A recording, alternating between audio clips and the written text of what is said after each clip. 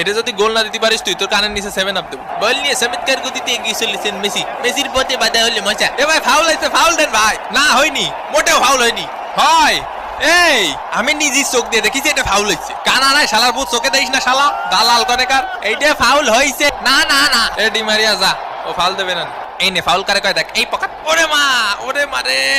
এই শালা জিনির বাচ্চা মাদার বোর্ড খনিকের ছেলে জানে বা সেনে মারে শালা। ফাউলি দেখেছিস কি আমাকে মেসি ভাইরে ফাউল করেছিস। দেখিসও বাবা টপ টপ হট হট নাটক মারিস না হট শালা। এই কে আছে?